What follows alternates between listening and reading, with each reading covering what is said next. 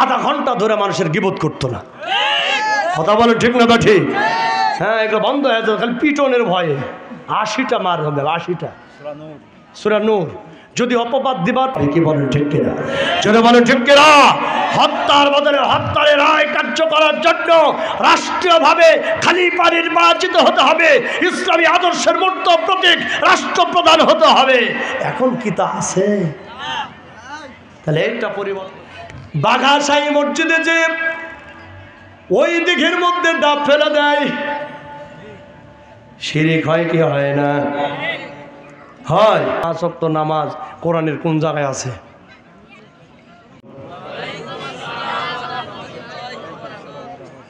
ইন্নাল হামদুলিল্লাহি নাহমাদুহু ওয়া নাস্তাঈনুহু ওয়া নাস্তাগফিরুহু ওয়া নু'মিনু বিহি ওয়া নাতাওয়াক্কালু আলাইহি ওয়া নাউযু বিল্লাহি মিন শুরুরি আনফুসিনা ومن سيئات أعمالنا من يهده الله فلا مضل له ومن يضلله فلا هادي له ونشهد أن لا إله إلا الله وحده لا شريك له ونشهد أن سيدنا وسندنا وحبيبنا ومولانا محمدا عبده ورسوله الذي أرسله بالحق بشيرا ونذيرا وداعيا إلى الله بإذنه وسراجا منيرا فقد قال الله تعالى في كلامه المجيد وفرقانه الحميد أعوذ بالله من الشيطان الرجيم بسم الله الرحمن الرحيم إن تجتنبوا كبائر ما تنهون عنه نكفر عنكم سيئاتكم وندخلكم مدخلا كريما. وقال النبي صلى الله عليه وسلم الصلوات الخمس والجماعات إلى الجماعة ورمضان إلى رمضان مكفرات لما بينهن إذا اجتنبت الكبائر متفق عليه.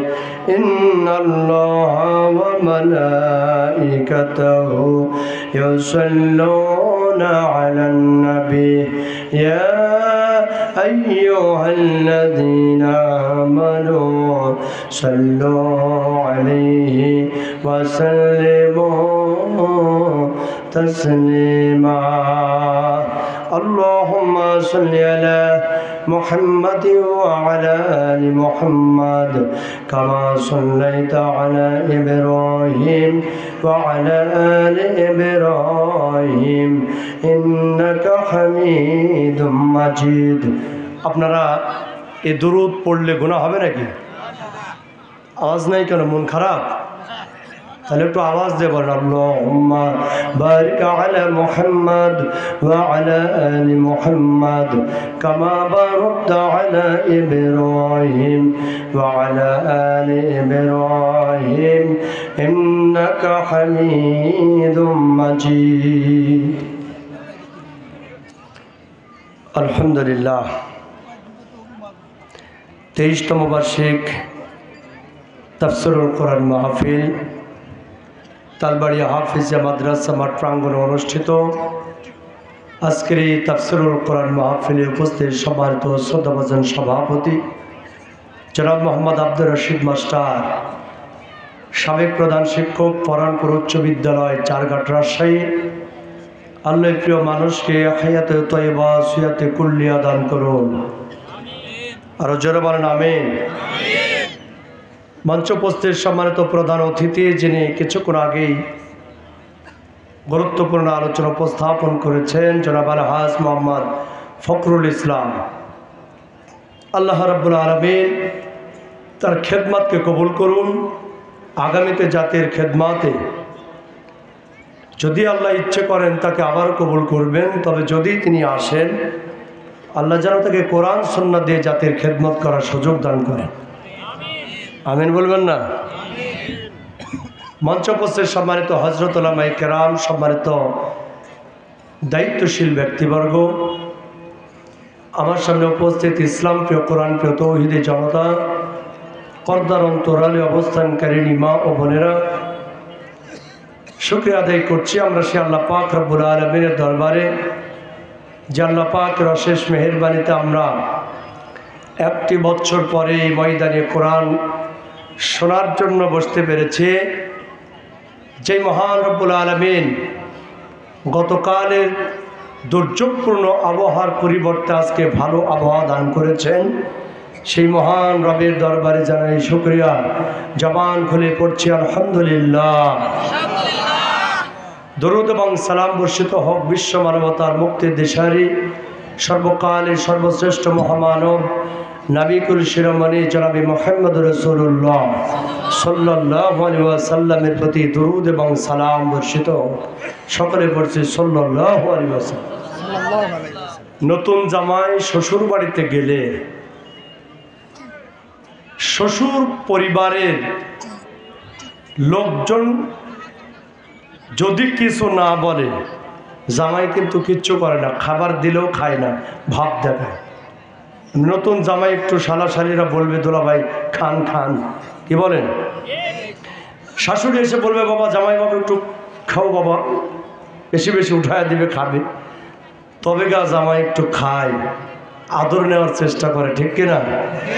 কোরআনের মাহফিলে যারা দাঁড়ায় আছেন ওনারা আজকের জামাই, ওনারা আজকে মাহফিলের কি জামাই? সকলে বলেন তো, যারা দাঁড়ায় আছে তারা এই মাহফিলের কি জামাই? পিছনের লোকজন বলেন যেন ওরা শুনতে পেয়ে শরম পায়, ওরা আজকের মাহফিলের কি জামাই? এই জন্য একটু আদর করে কওয়া লাগবে যে একটু বসেন ভাই, আসছেন যখন একটু বসেন। হ্যাঁ দাঁড়া থেকে ছিলেন, শুনতে পাই, বসতে বলতেছি। ঠসা কানা ফেরেস্তার মতো ভাব, দেখি ওরা শোনেও না। কি মন খারাপ আপনাদের? বসবেন না? ওইখানে জায়গা না থাকলে মঞ্চে আসেন, পানি যেখানে নেয় সেখানে বসেন। কিন্তু কুয়াশার পানি, গতকাল তো বৃষ্টির পানি পড়েছিল, তাও মানুষজন বসে কোরআন শুনেছে। কোরআনের জন্য এতটুকুন কুয়াশা যদি সহ্য না হয়, তাহলে কোরআনের জন্য বুকে রক্ত ঝরাবেন কিভাবে? কথা বলেন ঠিক কিনা? ময়দানে যদি কোরআনের জন্য রক্ত দিতে হয়, তাহলে তো আপনার আমি বলবো যে আপনি আগে যান, আমি পরে যাচ্ছি। আমার জনৈক দোলাভাই বলেছেন, নাম নেওয়া নাকি আজকে জায়েজ হবে না। জনৈক দোলাভাই বলেছেন যে এক শ্রেণীর মানুষ আছে খুব কথা বলে, কিন্তু দিন কায়েমের জন্য যদি ডাক দেওয়া হয় তাহলে বলে আপনি যান, আমি পিছনে আসছি। তার মানে ও আর যাবে না। কথা বলেন ঠিক কিনা? সুতরাং সামান্য কুয়াশার পানিতে ভেজা জায়গায় বসতে যদি কষ্ট হয়, আগামী দিনের এই দুর্যোগপূর্ণ আবহাওয়ায় বাংলার জমিনে কোরআনের রাজ কায়েম করার মিছিলের ডাক যদি দেওয়া হয়, যে মিছিলের সামনে বাতিলের মেশিন গান তাক করা থাকবে, আল্লাহওয়ালাদের বুকে গুলি চালানো হবে, সেই মিছিলের ডাক দিলে আপনি কিভাবে ময়দানে নামবেন? কথা বলে ঠিক কিনা? এছাড়া তৈরি করে নেন নিজেকে, বৃষ্টি বাদল ঝড় টর্নেডো সাইক্লোন সব কিছুর মাঝে যেন আমরা কোরআনের জন্য ময়দানে থাকতে পারি, কি বলে ঠিক কিনা? এজন্য ময়দানে আমাদের একটু কষ্ট করতে হবে। এখানে যতগুলো মানুষজন বসে আছেন তার চাইতে বহু সংখ্যক মানুষ ওই জিনিসের দোকানে ঘোরাফেরা করতেছে। আমি বলি যে জিনিস কি মানুষগুলো কোনোদিন খায়নি, কোনোদিন না খাওয়ার মতো ভাব দেখাচ্ছে, বলো কিছু না, শুধু শয়তানি ছাড়া আর কিছু না। কোরআনের মাহফিলের পরিবেশ নষ্ট করার একটা ধান্দা। আজকে আল্লাহর শুকরিয়া যে প্রতিষ্ঠান থেকে 4টি ছেলে কোরআনের হাফেজ হয়েছে। শুধু হাফেজ হলেই চলবে না, কোরআনের মর্মবাণী উপলব্ধি করে এই ময়দানে তাদেরকে প্রচেষ্টা চালাতে হবে। কি বলেন ঠিক কিনা? আমরা নেতাদের মুখে শুনি বাংলাদেশে অনেক মডেল মসজিদ নির্মিত হচ্ছে এদেশের সরকারের তত্ত্বাবধানে। একথা 100% ঠিক। কি বলেন ঠিক কিনা? তবে এটাও শুনেছি এগুলো বাহিরের রাষ্ট্রের অনুদানে এগুলো তৈরি হয়। ভালো কথা, আমাদের দেশের সরকার এটা করছেন ভালো, কিন্তু আমার একটি আফসোস আছে, সেটি হলো মডেল মসজিদ ইসলামী সংস্কৃতি নির্মাণ হচ্ছে, রাষ্ট্রীয়ভাবে ইমামও নিয়োগ দেওয়া হচ্ছে, কিন্তু ওই মসজিদের মেম্বারে দাঁড়িয়ে জুমার খুতবায় যদি একজন আলেম ওই মডেল মসজিদের সামনে বসা মুসল্লিদের সামনে সুদের বিরুদ্ধে কথা বলতে না পারে, দিন কায়েমের পক্ষে কথা বলতে না পারে, আলেমদের নির্যাতিত আলেমদের মুক্তির কথা বলতে না পারে, এইরকম লক্ষ কোটি মডেল মসজিদ বানায়া 5 পয়সার লাভ হবে না। কি বলেন ঠিক না ঠিক? এছাড়া ইমামদেরকে আপনাকে ছেড়ে দিতে হবে, মসজিদ ছোট্ট হোক না কেন। ইমামকে বলেন কোরআন হাদিসে যা আছে তাই বলেন। এইটা যেই দিন এদেশের সরকার বলবে সেই দিন কেবল এটা ধন্য হবে। হ্যাঁ মুরব্বী, কি সমস্যা? কি বসেন, আপনি কথা বলবেন না, চুপ করে বসে থাকবেন। কি কষ্ট পেয়েছেন নাকি আপনারা? কোরআন এসেছে দুনিয়ার মানুষের কল্যাণ সাধন করার জন্য, নাকি অন্য কোনো কারণে? দুনিয়ার মানুষের কল্যাণ হুজুরদের ওয়াজ দিয়ে তেমন হবে না। হুজুরদের ওয়াজ দিয়ে মরিচা ধরা একটি অস্ত্রকে বালিতে ঘষা দিলে যেমন মরিচা উঠে একটু চকচকে হয়, কিন্তু ওই বালি কিন্তু কাটার কাজ করবে না, একটু চকচকে করে দিবে। কাটার কাজ করতে হবে ওই অস্ত্রকে নিজেই। কি বলেন ঠিক কিনা? তার মানে আমরা ওয়াজ করে ইমানের উপরে যে মরিচা পড়ে সেইগুলো কিছুটা দূর হয়ে একটু চকচকে হয়, কিন্তু চকচকে হলেই তো হবে না, আবার মরিচা পড়বে। চকচকে ইমান দিয়ে ময়দানে কাজ করতে হবে। কোরআন এসেছে দুনিয়ার মানুষকে শান্তির মোহনায় মুক্তির মোহনায় পৌঁছে দিতে। সেই কোরআন আজকে বাংলার জমিনে মাহজুর অবস্থায় পড়ে রয়েছে, পরিত্যক্ত অবস্থায় পড়ে রয়েছে, যার কারণে কোরআনের এই ওয়াজগুলো দিয়ে সমাজের কোনো উন্নতি হয় না। হুজুরেরা বক্তব্য দেয় শিরকের বিরুদ্ধে, আজকে আমিও কথা বলবো ইনশাআল্লাহ। হুজুরেরা বক্তব্য দেয় শিরকের বিরুদ্ধে। আবহমান কাল থেকে অসংখ্য হুজুর, অসংখ্য আল্লামা বাংলার জমিনে শিরকের বিরুদ্ধে কথা বলেছে। বাংলাদেশ থেকে কি শিরিক উঠে গেছে? উঠেনি। এদেশের আলেমেরা সুদের বিরুদ্ধে কথা বলেছে। বাংলাদেশ থেকে কি সুদ উঠে গেছে? এদেশের আলেমেরা নারীদের পর্দার ব্যাপারে কথা বলেছে, কিন্তু আমাদের দেশের স্কুল কলেজ ইউনিভার্সিটিগুলোতে তাদেরকে ইউনিফর্ম পরানোর বাহানা দিয়ে যুবতী নারীদেরকে উলঙ্গ করা হয়েছে। কথা বলেন ঠিক? কি হবে এই ওয়াজগুলোতে? তাহলে কোরআন দুনিয়ার মানুষের কল্যাণে এসেছে, কল্যাণ কখন হবে? কোরআন যখন মসনদে সমাসীন হবে, কোরআন যখন রাষ্ট্রীয় পর্যায়ে সংসদ ভবনে কোরআনের আইনগুলো পাশ করা হবে, অটোমেটিক্যালি বাংলার জমিনের প্রত্যেকটি সেক্টর ভালো হয়ে যাবে। চুরি বন্ধ হবে, খুন বন্ধ হবে, ধর্ষণ বন্ধ হবে, নির্যাতন বন্ধ হবে, জুলুম বন্ধ হবে। কথা বলেন ঠিক কিনা মুসলমানেরা? আগামী দিনগুলোতে বাংলার জমিন থেকে জুলুম নির্যাতন মূলোৎপাটন করতে কোরআনকে যদি মসনদে বসানোর সময় আসে আর সেই ডাকে যদি সাড়া দিতে হয়, আপনারা কি কোরআনের জন্য ময়দানে নামবেন? কারা কারা নামবেন? তো হাত উঁচু করে আমার আল্লাহরে দেখায়া দেয়।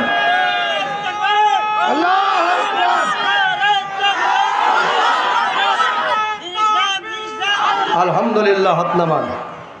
প্রিয় ভাইরা আমার, আল্লাহর কোরআন আমি আপনাদের সামনে সূরা আন-নিসা, সূরাটির নাম কি? নিসা, 31 নম্বর আয়াতে কারিমা তেলাওয়াত করেছি। একটা আয়াত, রাসূল সাল্লাল্লাহু আলাইহি সাল্লামের একটি হাদিস এবং একটি আয়াত। এই আয়াতকে সামনে রেখেই আমি আমার আজকের আলোচনা শুরু করছি ইনশাআল্লাহ। আজকে আমার আলোচনার বিষয় হলো কবিরা গুনাহ। কি গুনাহ? কবিরা গুনাহ। এই কবিরা গুনাহ নিয়ে আমরা আলোচনা করছি, এজন্যই আমরা রমজানের দ্বার প্রান্তে অবস্থান করছি। কি বলেন, ঠিক কিনা? রমজান মাস আমাদের কাছে সমাগত, খুব নিকটতম জায়গা। এজন্য রমজান মাসে আমরা যেন নিষ্কলুষ হয়ে আল্লাহর ইবাদত করতে পারি, আমরা যেন কবিরা গুনাহগুলো শনাক্ত করে এগুলো ছেড়ে দিতে পারি, নিজেদেরকে ইবাদতের জন্য যেন তৈরি করতে পারি, সেই চিন্তার চেতনাকে সামনে রেখে আমি আজকের আলোচনার বিষয়কে বাছাই করে নিয়েছি কবিরা গুনাহ। কি গুনাহ? কবিরা মানে কি?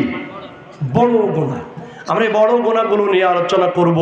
তাহলে বড় গুনাহ থেকে দূরে থাকলেই ছোট গুনাহ অটোমেটিক্যালি মাফ করে দিবেন কে? আমার প্রিয় ভাইয়েরা, আল্লাহ রাব্বুল আলামিন কোরআনুল কারীমের মধ্যে চমৎকার করে দুনিয়ার মানুষকে বলে দিয়েছেন এই কোরআনের ব্যাপার নিয়ে। এই কোরআন যারা মানবে না, কোরআন থেকে যারা মুখ ফিরিয়ে নেবে, এমন মানুষদের শাস্তির কথা বলেছেন।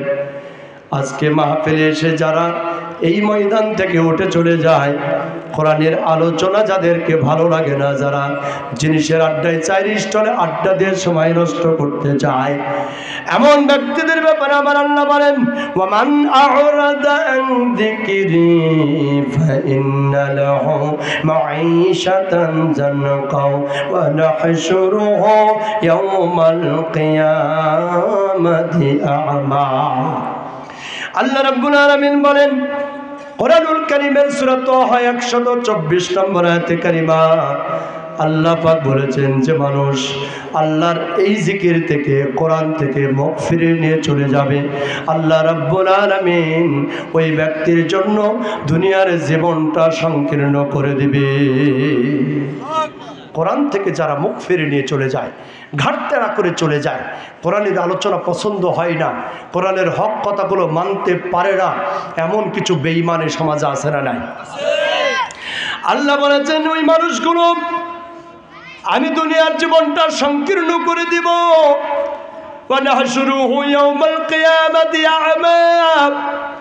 আর ওই ব্যক্তিকে কিয়ামতের দিন আমি অন্ধ করে উঠাবো। কিভাবে উঠাবে? অন্ধ করে উঠানো হবে। যেদিন কঠিন মুসিবতের দিন, সূর্যের প্রচণ্ড তাপ মানুষকে কষ্ট দিবে, যেই দিনে জাহান্নামকে হাজির করা হবে, যেই দিন পৃথিবীর কারো প্রতি কোনো ভালোবাসা, সাহায্য কোনো কিছুই করা হবে না, এমন কঠিন দিবসে আল্লাহ রাব্বুল আলামিন বলেন আমি কোরআন বিদ্বেষীদেরকে অন্ধ করে উঠাবো। আল্লাহর সামনে দাঁড়ায় এই মানুষগুলো তখন বলবে ক্বালা রাব্বি লিমা হাশারতানি আ'মা ওয়া ক্বাদ কুনতু বাসীরা। আল্লাহর সামনে দাঁড়ায় এই অন্ধ মানুষগুলো তখন বলবে রব্বুল আলামিন আমাদের দুনিয়াতে তো চোখ ছিল, আজকে কিয়ামতের ময়দানে আমরা অন্ধ হলাম কেন? আপনি আমাদেরকে অন্ধ বানালেন কেন? পৃথিবীর জমিনে আমার তো চোখ ছিল। আল্লাহ বলবেন বান্দা তোমার তো চোখ সেদিন ছিল না, যদি চোখ থাকবে, আল্লাহ বলেছেন আতাতকা ক্বালা কাযালিক, আল্লাহ বলছেন তোমরা তো এইরকম ছিলে, তার মানে কিয়ামতের দিন যেমন অন্ধ, দুনিয়া তো ঠিক ওই রকম তোমরা অন্ধ ছিলে। বান্দা বলবে রব্বুল আলামিন পৃথিবীতে আমাদের চোখ ছিল, আমরা অন্ধ ছিলাম না। আল্লাহ বলবেন আতাতকা আয়াতুনা ফানাসিতাহা, ওহে বান্দা তোমার যদি চোখ থাকবে তাহলে আমার কোরআনের আয়াতগুলোকে তোমরা বেমালুম ভুলে গেলে কেন? চোখ দিয়ে আমার কোরআন খুলে পড়লে না কেন? কোরআন না পড়া মুসলমান আছে না? আছে না নাই? কোরআন পড়ে না, নোবেল নাটক যা আছে চোখ দিয়ে পড়ে, কিন্তু কোরআন কোনো দিন দেখে না, এমন কিছু অন্ধ মুসলমান আছে না? না। আর আল্লাহর সামনে বলবে মালিক আমাদের তো দোকানের চোখ ছিল।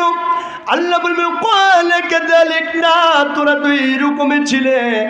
আতাতকা আয়াতুনা ফানাসিতাহা,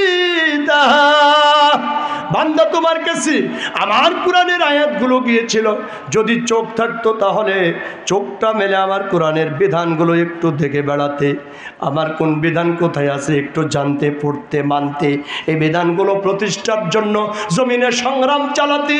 না, তুমি তো তা করো নাই। আমার কোরআনের আয়াতগুলোকে তুমি কোনোদিনই চোখ মেলে খুলে দেখো নাই।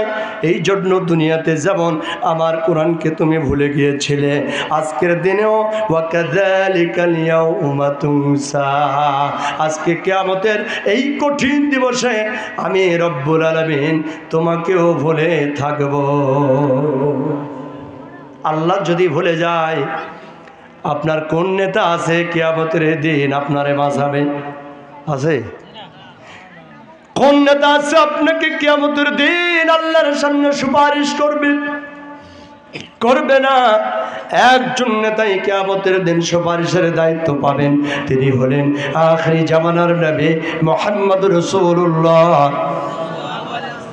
কিন্তু আপনি তো ওই নেতার পেছনে দৌড়ান না, ওই নেতার কাজ করেন না, আমার নবীর চরিত্রে চরিত্রান্বিত হন না, বরং আমার নবী অনার কাজ যারা করে তাদের উপরে মামলা হামলা দেন, নির্যাতন করেন, আরামের ঘুম থেকে টেনে নিয়ে গ্রেপ্তার করে জেলখানায় ভরে। কথা বলেন ঠিক কিনা মুসলমানেরা? কত নিরপরাধ ভাইদেরকে পিটিয়ে ঠ্যাঙ্গের হাড্ডি গড্ডিগুলো গুঁড়া করে মাসের পর মাস মেডিকেলের বিছানায় শুইয়ে থাকতে বাধ্য করেছ। সুতরাং কিয়ামতের দিন তোমার সাহায্যকারী একটা নেতা পাওয়া যাবে না। দুনিয়ার চোর বাটপারদের নেতৃত্ব গ্রহণ করলে সেদিন সুপারিশের কোনো সুযোগ থাকবে না। কথা বলেন ঠিক কিনা? প্রিয় ভাইরা আমার, রাত গভীর হতে চলেছে, 11টা বেজে গেছে, 12টা পার করার নিয়াত আমাদের নাই। এজন্য আমরা দীর্ঘ সময় ভূমিকা দেব না। আমার আল্লাহ এই আয়াতে কারিমায় কি বলছেন চলুন আমরা একটু শুনে নিই। আজকে তাফসীরুল কোরআন বিল হাদিস এইটা পুরো আমি শেষ করব। আল্লাহ বলছেন ইন তাজতানিবু কাবাইরা মা তুনহাউনা আনহু نكفر عنكم سيئاتكم وندخلكم مدخلا كريما। আল্লাহু আকবার। আল্লাহ বলছেন ইনটা হচ্ছে রিশারতিয়া, আল্লাহ শর্ত দিয়েছেন। আল্লাহ বলছেন ইন মানে যদি, তাজতানিবু তোমরা বিরত থাকো, যদি তোমরা ছেড়ে দাও, বিরত থাকো, দূরে থাকো, মা তুনহাউনা আনহু কাবাইরা মা তুনহাউনা আনহু, মানে বড় বড় গুনাহগুলো থেকে যদি তোমরা দূরে থাকো, কবিরা গুনাহ থেকে যদি তোমরা বিরত থাকো, মা তুনহাউনা আনহু, যেই গুনাহগুলো থেকে দূরে থাকতে তোমাদের বলা হয়েছে, যেই কবিরা গুনাহ করতে তোমাদের নিষেধ করা হয়েছে, এমন বড় বড় গুনাহগুলো থেকে তোমরা যদি দূরে থাকতে পারো, আমি রব্বুল আলামিন তোমাদেরকে ভালোবেসে কি করব শোনো। আল্লাহ বলছেন তাহলে নুকাফির আনকুম সাইয়্যাতিকুম, তাহলে আমি রব্বুল আলামিন তোমাদের জীবনের ছোট ছোট অপরাধগুলো মাফ করে দিব। বড় গুনাহ ছাড়তে পারলে ছোট গুনাহ অটোমেটিক্যালি মাফ করবেন কে? আল্লাহ স্পষ্ট জানালেন। প্রিয় ভাইয়েরা, মা বোনেরা, কান লাগান, অতীব গুরুত্বপূর্ণ একটি আলোচনা। কোরআন এবং হাদিসের বাইরে কোনো কথা বলার চেষ্টা আমি করব না। আল্লাহ সুবহানাহু ওয়া তাআলা বলেছেন যদি তোমরা কবিরা গুনাহ থেকে দূরে থাকতে পারো, যেই গুনাহগুলো করতে তোমাদের নিষেধ করা হয়েছে, তাহলে কবিরা গুনাহ করতে নিষেধ করেছেন কে? আর জোরে বলেন কে? আল্লাহর নিষেধাজ্ঞা মানার দরকার আছে না নাই? মানতে হবে কিনা? আল্লাহ বলেছেন যদি তোমরা বড় বড় গুনাহগুলো থেকে নিজেদের বিরত রাখো, আমি রব্বুল আলামিন তোমাদের জীবনের ছোট ছোট গুনাহগুলো মাফ করে দেব। 2 নম্বর পুরস্কার হলো ওয়ানুদখিলকুম মুদখালান কারীমা, আর আমি রব্বুল আলামিন তোমাদেরকে সম্মানজনক জায়গায় প্রবেশ করাবো।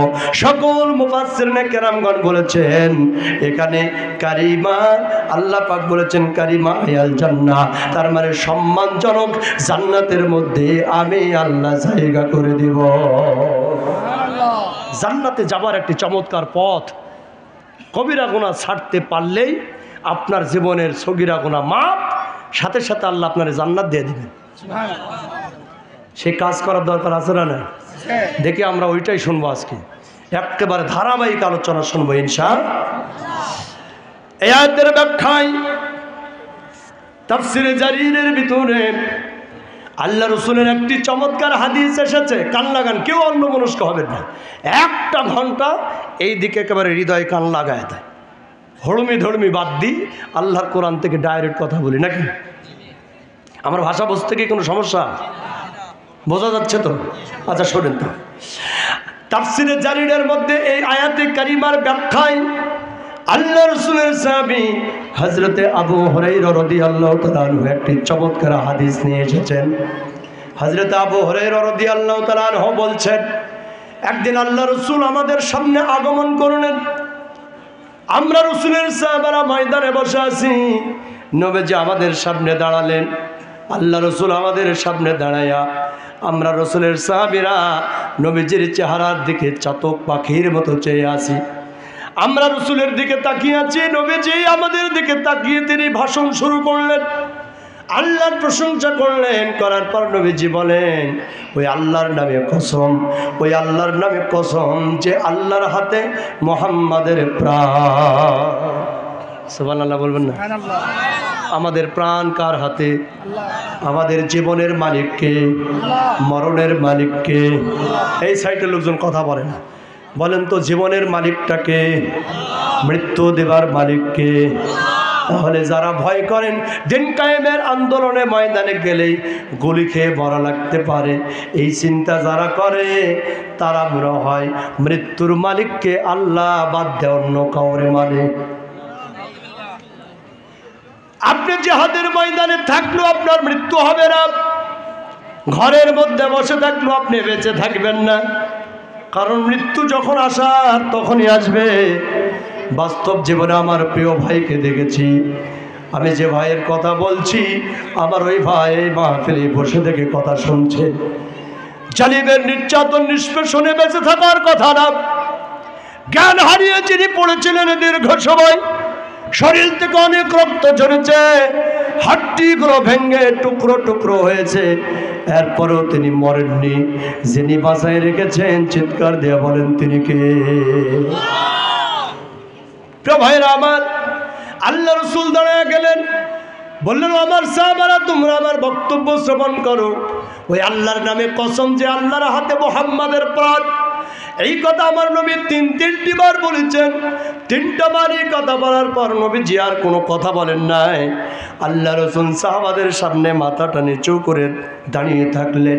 দীর্ঘ সময় চলে গেল, আমরা রসুলের সাহাবারা সামনে বসে রয়েছে আল্লাহ রসুলের কণ্ঠ থেকে বক্তব্য শ্রবণ করার জন্য। আজকের দিনের মুসলমানের মতো নয় যে এখানে কোরআনের আলোচনা হয় আর কিছু মুসলমান রাস্তাঘাটে জিনিসের আড্ডায় দৌড়ায়, এমনটি না। আল্লাহ রসুলের সাহাবারা খাওয়া বন্ধ করে দিতেন, দুনিয়ার সব ছেড়ে দিতেন আল্লাহ রসুলের মুখ থেকে একটা কথা শোনার জন্য। ওরা যেন মরণের মতো হয়ে পড়ে থাকতেন। সাহাবারা বলছেন আমরা রসুলের বক্তব্য শোনার জন্য প্রস্তুতি নিয়ে আছি, তামাম দুনিয়ার কথা ভুলে গিয়েছি। আমার নবী বক্তব্য শুরু করলেন ঠিকই, কিন্তু তিনটা বার আল্লাহর নামে কসম করে তিনি বক্তব্য বন্ধ করলেন, মাথা নিচু করে চুপ করে দাঁড়ায় থাকলেন। এভাবে দীর্ঘ সময় চলে গেল। আমরা রসুলের সাহাবারা ময়দানে কান্না শুরু করে দিয়েছি। আমাদের সাহাবীদের মধ্যে কেউ কেউ ফুঁপিয়ে ফুঁপিয়ে কাঁদে, কেউ কেউ ঘুমরে ঘুমরে কাঁদে, কারো চোখ দিয়ে টপ টপ করে পানি পড়ে যায়, কেউ বা উচ্চস্বরে আওয়াজ দিয়ে কাঁদে। আমরা রসুলের সাহাবারা চিন্তা করলাম আল্লাহ রসুল কেনই বা আমাদের সামনে বক্তব্য দিবার জন্য দাঁড়ালেন, আর বক্তব্য শুরু করতে গিয়ে নবীজি কেন বক্তব্য বন্ধ করে দাঁড়িয়ে থাকলেন। না জানি এর মধ্যে আমাদের বড় বিপদের কোনো সংবাদ থাকতে পারে। এই কথা মনে করে আমরা রসুলের সাহাবারা ময়দানে কান্না শুরু করে দিয়েছে। কান্না রোল পড়ে গেল, ফুপিয়ে ফুপিয়ে সারা ময়দান কাঁদতেছে। এইভাবে দীর্ঘ সময় পার হয়ে চলে গেল। এমন সময় নবীজি নিচু মাথাটা আমাদের সামনে উঁচু করে দাঁড়ালেন। আমরা রসুলের চেহারার দিকে তাকালাম, দেখলাম নবীজির চেহারায় যেন হাসির ঝলক। নবীজির চেহারায় হাসির ঝলক, আমরা মুগ্ধ হয়ে গেলাম।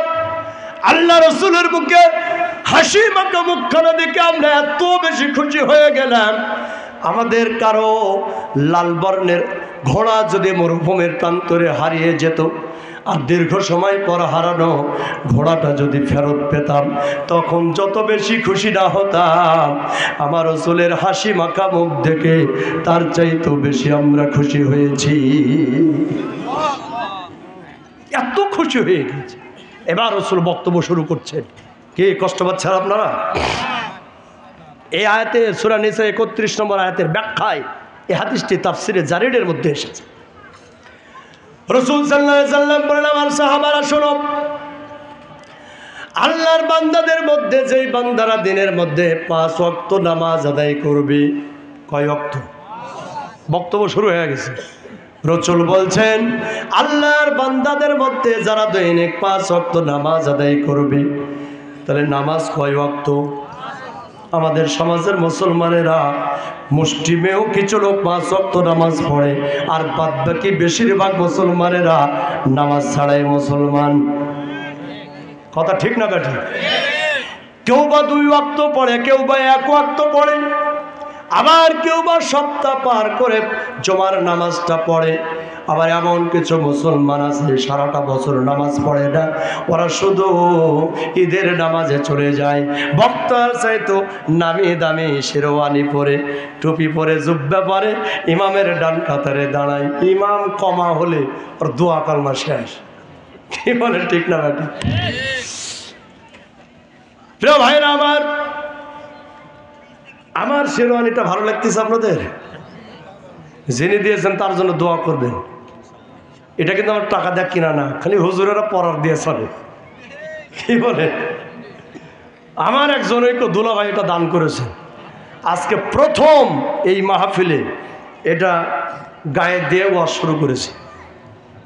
আমি এজন্য বললাম, যেহেতু আমার কিনা না, সেহেতু আমার বড়াই করার কিচ্ছু নাই। কি বলে?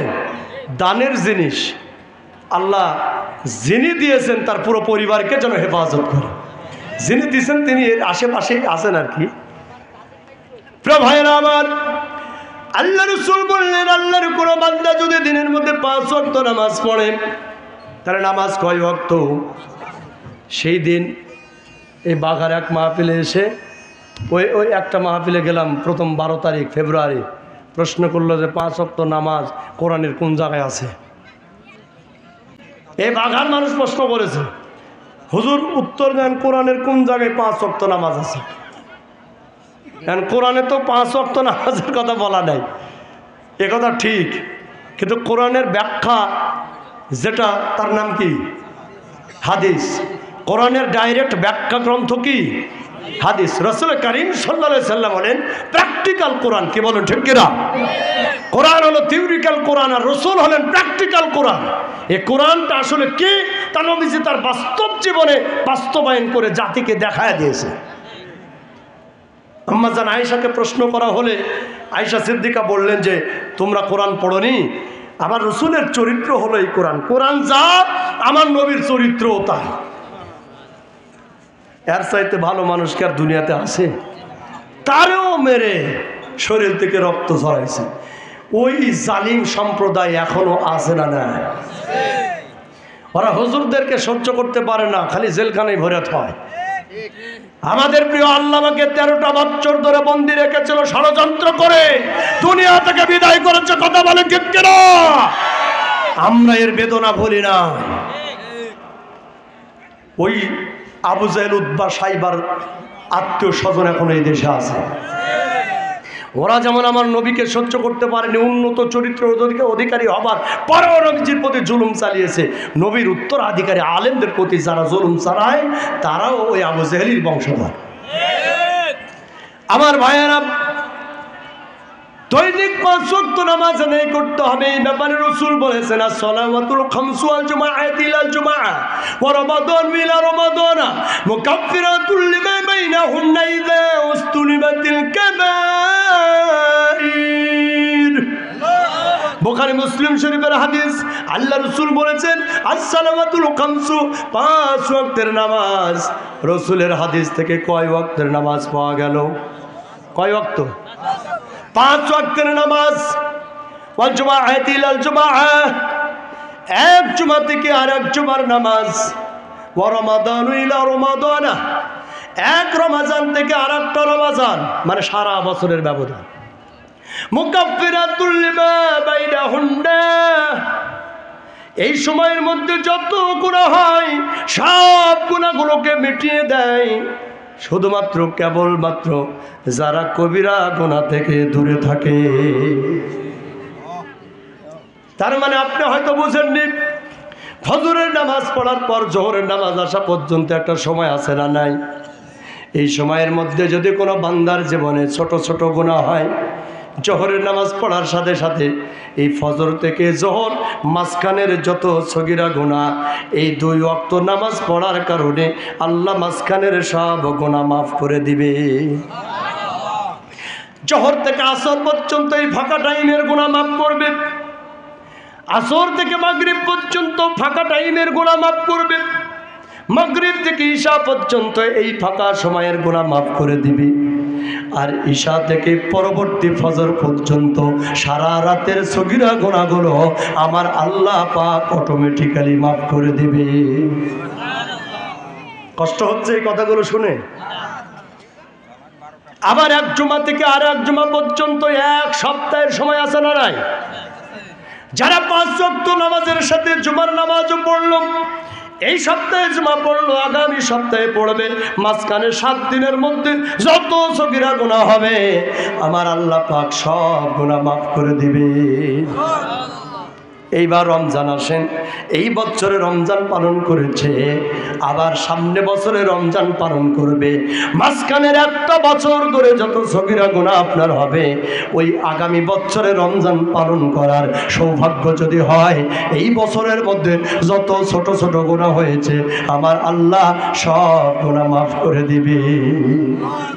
শর্ত একটা, ইদা উস্তুনি বাতিল কাবাই, কবিরা গুনাহ থেকে দূরে থাকা লাগবে।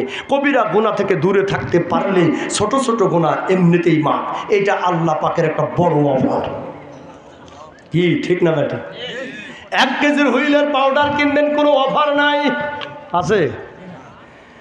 2 কেজি কিনবেন, কিছু না কিছু আপনি ফ্রি পাবেন, আছে না নাই?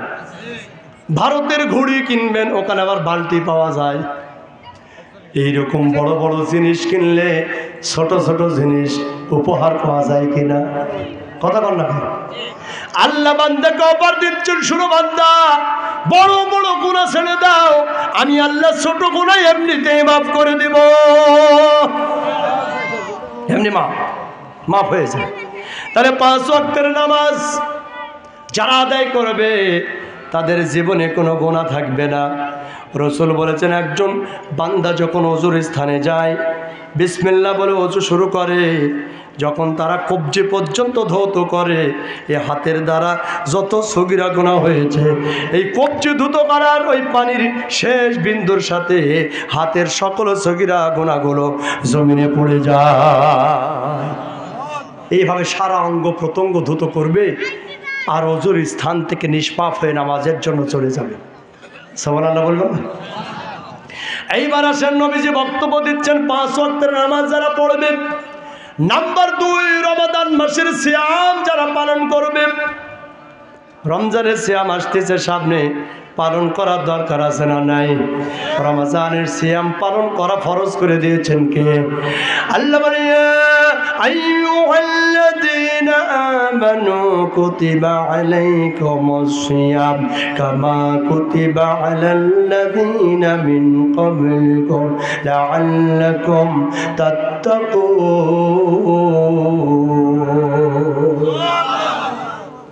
আল্লাহ বলেন, হে ইমানদার লোকেরা, তোমাদের উপরে রমাদানের সিয়াম ফরজ করা হলো, যেমনি ফরজ করা হয়েছিল তোমাদের পূর্ববর্তীদের উপরে।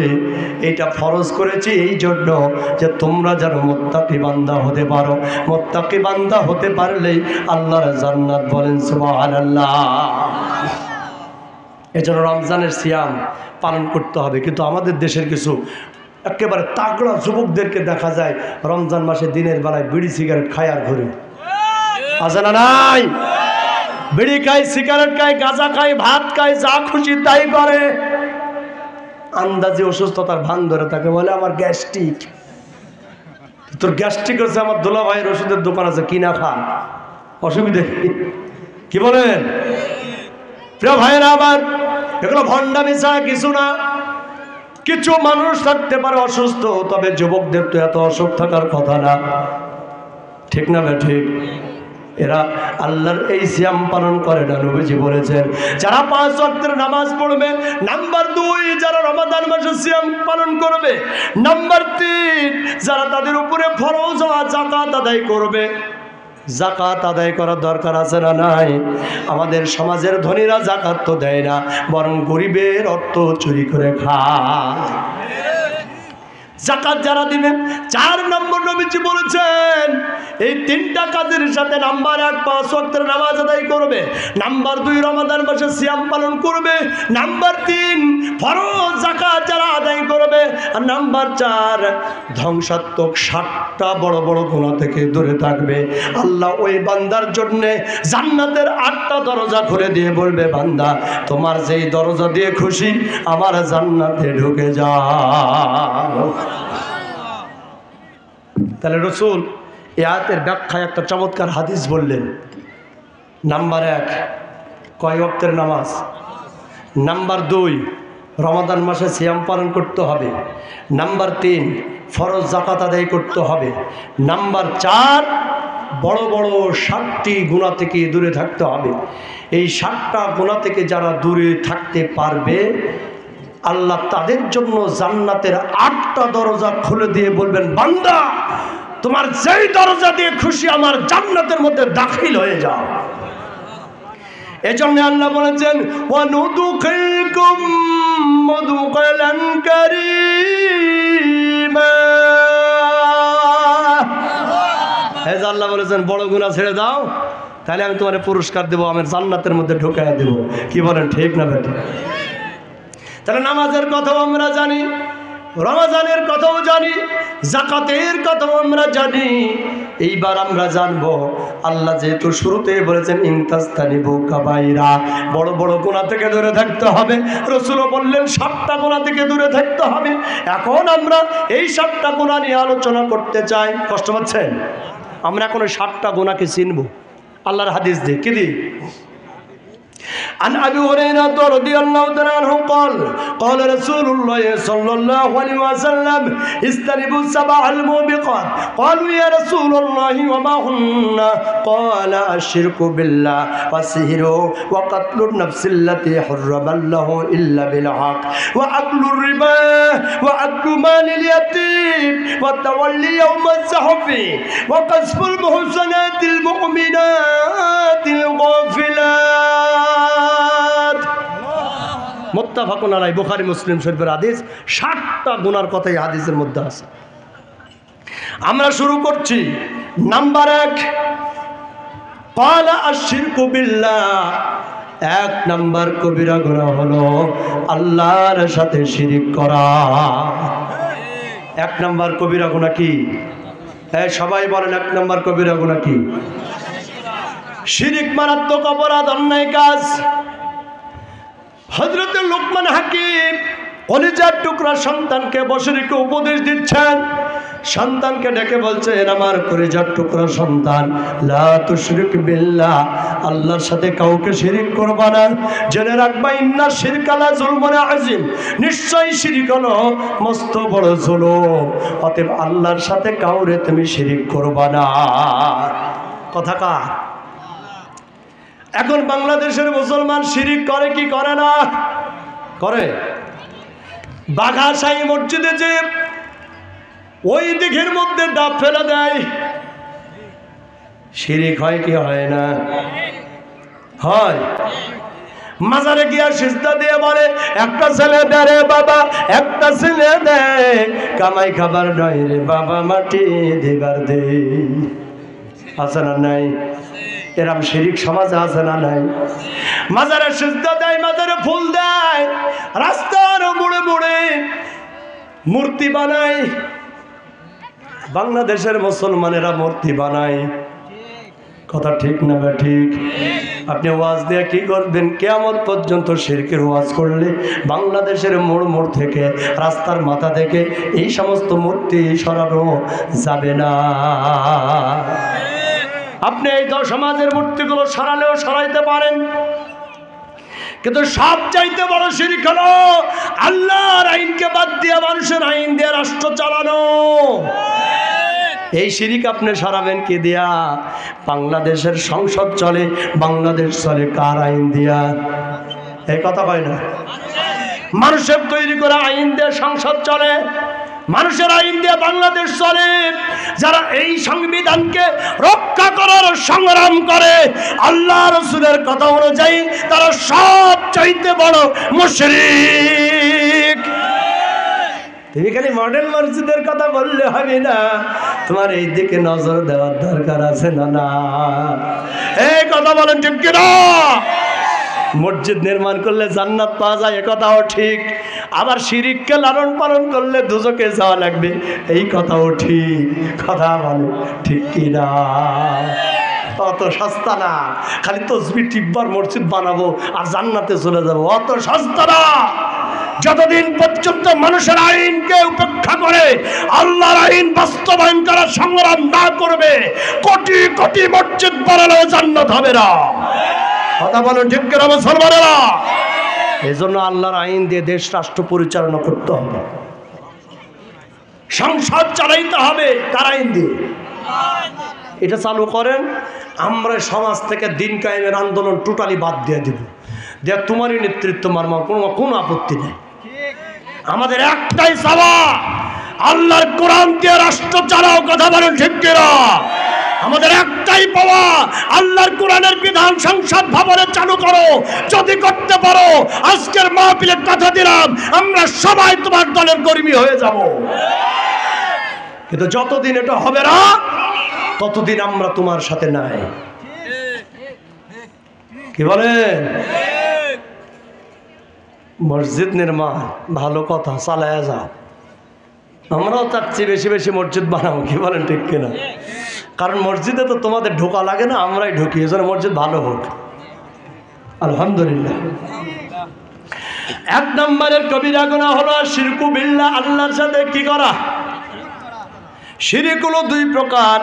একটা হলো আকীদাগত শিরিক, মনের মধ্যে গেঁথে দেওয়া, বিশ্বাস করা এইগুলো যে আল্লাহ ছাড়া অন্য কাউকে তার সমকক্ষ মনে করা, আল্লাহ যেটা পারে অন্যরাও সেটা পারে, এইরকম মনে করা হলো আকীদাগত শিরিক। এই জন্য মানুষ তো কবরে সেজদা দিয়ে সন্তান চায়, ওই মাজারে গিয়ে কচ্ছপের পা ধরে কেঁদে কেঁদে সন্তান চায়। এজন্য মূর্তি পূজা করে, পাথরের পূজা করে, বৃক্ষের পূজা করে, বড় বড় পাহাড়ের পূজা করে। কি বলেন?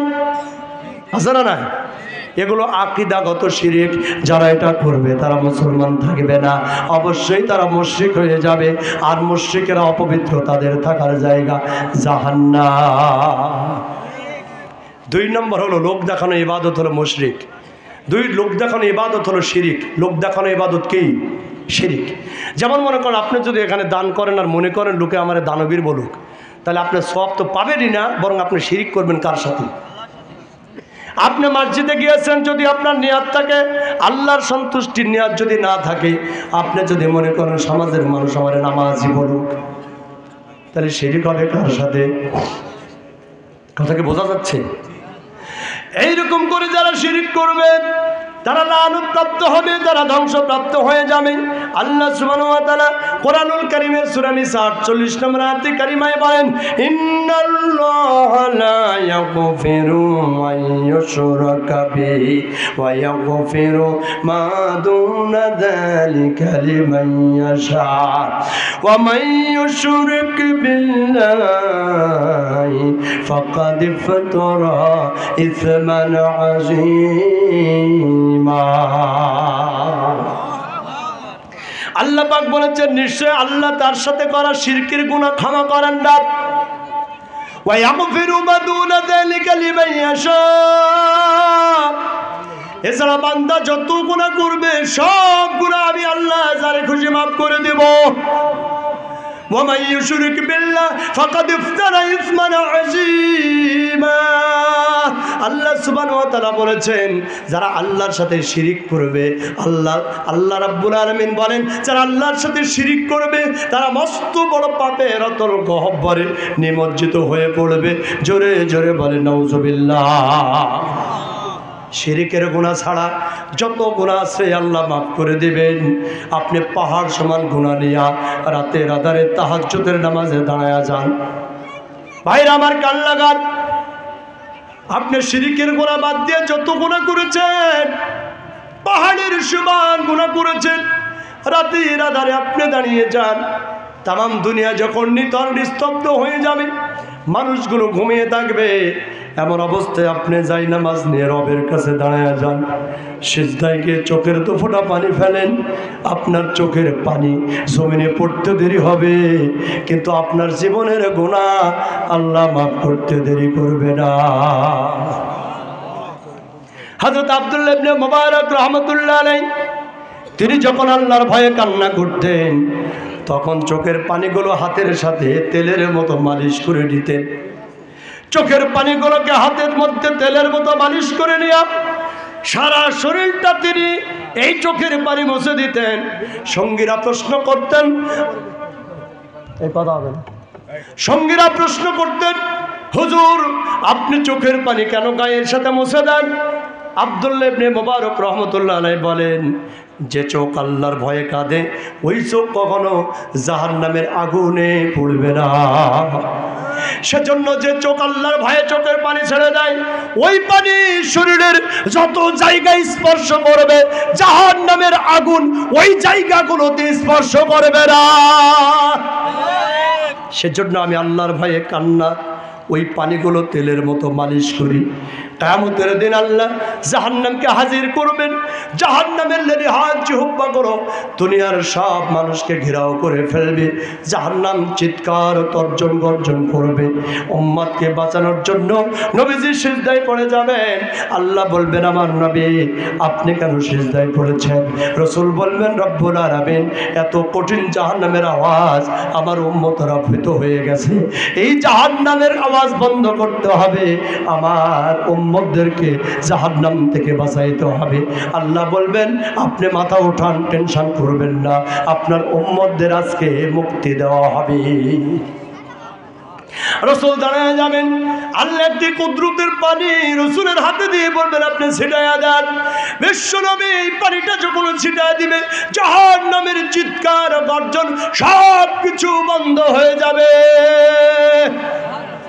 আল্লাহ রসুল নবীজিকে আল্লাহ রসুল সাল্লাম আল্লাহকে প্রশ্ন করবেন, রব্বুল আলামিন এটা আপনি কি দিলেন যে জাহান্নামের চিৎকারে কিয়ামতের মানুষগুলো ভীত হয়ে গেছে, মুহ্যমান হয়ে গেছে, এই জাহান্নামের আওয়াজ তর্জন গর্জন সব কিছু বন্ধ হয়ে গেল, এমন কি এমন মেডিসিন আপনি দিলেন?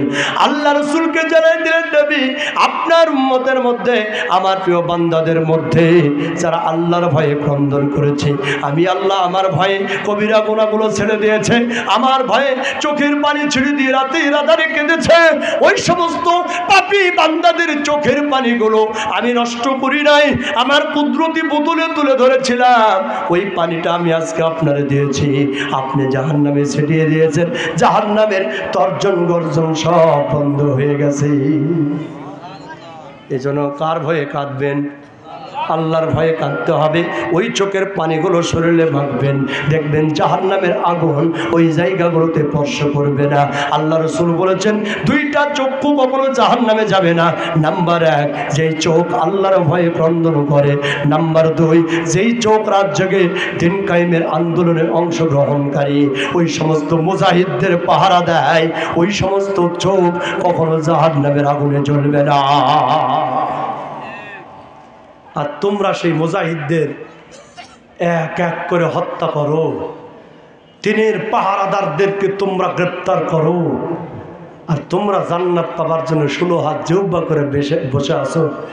ওই জান্নাত তোমার ওই দাদার বাড়ির সম্পদ নাকি? কি বলেন, কথা ঠিক না বেঠা?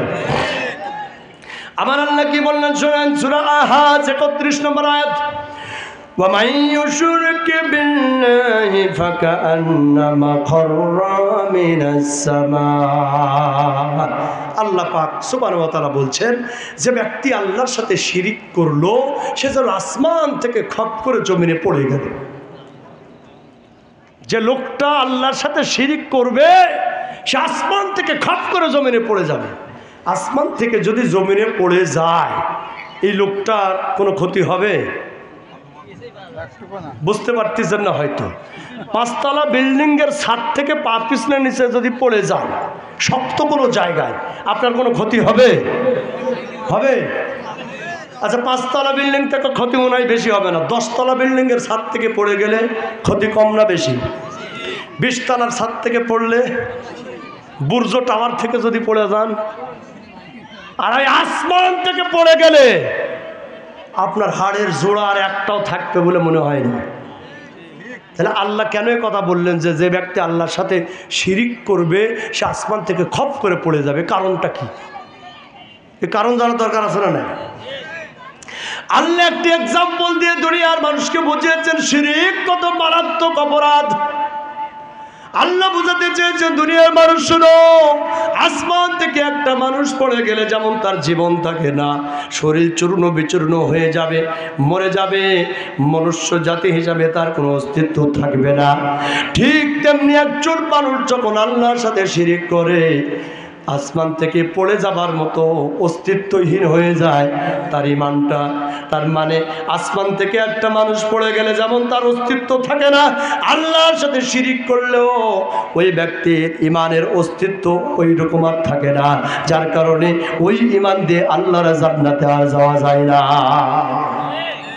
তার মানে আসমান থেকে পড়ে গেলে যেমন তুমি চূর্ণ বিচূর্ণ হয়ে যাবে, তোমার জীবন চলে যাবে, তোমার অস্তিত্ব হারিয়ে যাবে, ঠিক তেমনি কেউ যদি আল্লাহ সুবহানাহু ওয়া তাআলার সাথে শিরিক করে তাহলে জান্নাতে প্রবেশের জন্য তার ঈমানটাও অস্তিত্বহীন হয়ে যাবে।